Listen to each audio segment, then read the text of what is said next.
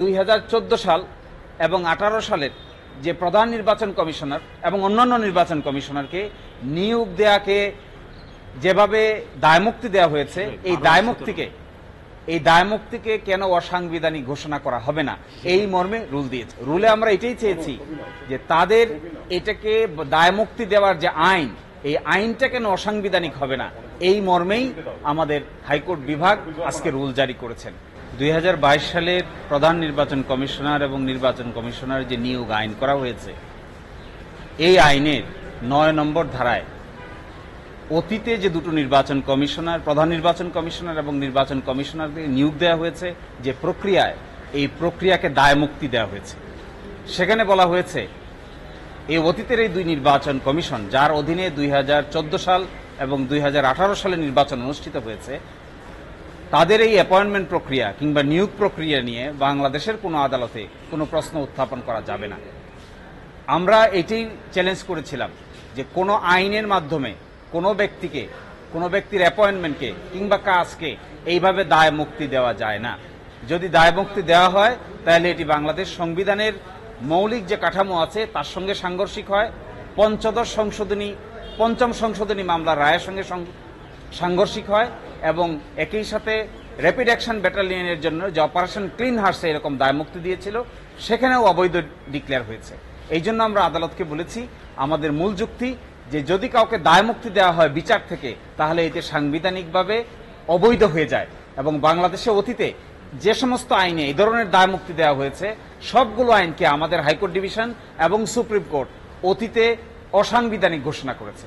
এই জন্যই আজকে আদালত আমাদের কথা সন্তুষ্ট হয়ে 4 সপ্তাহের রুল জারি করেছেন এবং তাতে বিবাদী করা হয়েছে আইন, বিচার ও সংসদ বিষয়ক মন্ত্রণালয়ের লেজিসলেটিভ উইং এর সচিব এবং একই সাথে নির্বাচন কমিশন সচিবালয়কে এই মামলার বিবাদী করা হয়েছে। রুলে কি বলা হয়েছে?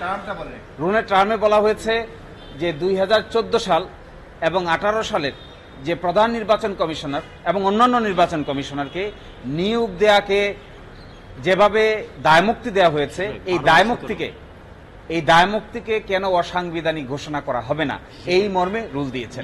মূলত তাদের নিয়োগ হয়েছিল 2012 সালে এবং 2017 সালে, আর তাদের অধীনে ইলেকশন সংগঠিত হয়েছে 2014 সালে এবং 2018 সালে। যদি ওনাদের নিয়োগের ব্যাপারে বাংলাদেশের হাইকোর্ট ডিভিশন এই মামলা শুনানি অন্তে রুল অ্যাবসলিউট করেন অথবা আমাদের পক্ষে রায় দেন, তাহলে অবশ্যই কনসিকোয়েন্স আকারে নিয়োগের ব্যাপারেই যদি প্রশ্ন উত্থাপন হয়ে থাকে, তাহলে নির্বাচনের ব্যাপারে প্রশ্ন উত্থাপন হবে।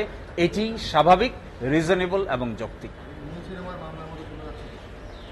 মুন সিনেমাই 5ম সংশোধনীর মামলা, আপনাদেরকে আমি একটু আগে বলেছিলাম 5ম সংশোধনীর মামলাই সাবজেক্ট ম্যাটার ছিল মুন সিনেমা হল। পরবর্তীতে প্রশ্ন আসলো, যেহেতু সেখানে বলা হয়েছিল এত তারিখ থেকে এত তারিখ পর্যন্ত যত আইন করা হয়েছে, আদেশ দেওয়া হয়েছে, এগুলো কোনো আদালতে প্রশ্নবিদ্ধ করা যাবে না। সেই মুন সিনেমা হলের মামলার নিষ্পত্তি করতে গিয়েই 5ম সংশোধনী অসাংবিধানিক ঘোষণা হয়েছিল। একই কায়দায় এখানেও যদি তাদের অ্যাপয়েন্টমেন্ট প্রক্রিয়াকেই চ্যালেঞ্জ করা হয়ে থাকে, তাহলে তাদের অধীনে কৃতকর্ম নিশ্চয়ই আইনগতভাবে প্রশ্নবিদ্ধ হবে। 5ম সংশোধনী মামলার রায় 17 বছর পরে মামলা করে, প্রায় 30 বছর পরে 5ম সংশোধনীর মামলা সুপ্রিম কোর্টে বাতিল হওয়ার পরে জাতির কি লাভ হয়েছে? এটা লাভ হয়েছে কোনটা সাংবিধানিক, কোনটা সাংবিধানিক নয়, এইটা প্রতিষ্ঠিত হবে। অসাংবিধানিক কাজ করা থেকে সকলকেই বিরত থাকতে হবে। 2014 সালের নির্বাচন এবং 2018 সালের নির্বাচন যাদের আন্ডারে হয়েছে, তার প্রধান নির্বাচন কমিশনার নিয়োগ হয়েছিলেন 2012 সালে একজন, আরেকজন 2017 সালে, এবং অন্যান্য নির্বাচন কমিশনারগণ। তাদেরকে দায়মুক্তি দেওয়া হয়েছে। রুলে আমরা এটাই চেয়েছি যে তাদের এটাকে দায়মুক্তি দেওয়ার যে আইন, এই আইনটা কেন অসাংবিধানিক হবে না, এই মর্মেই আমাদের হাইকোর্ট বিভাগ আজকে রুল জারি করেছেন। বাকিটা শুনানির সময় আপনারা সবাই জানতে পারবেন। 4 সপ্তাহের রুল।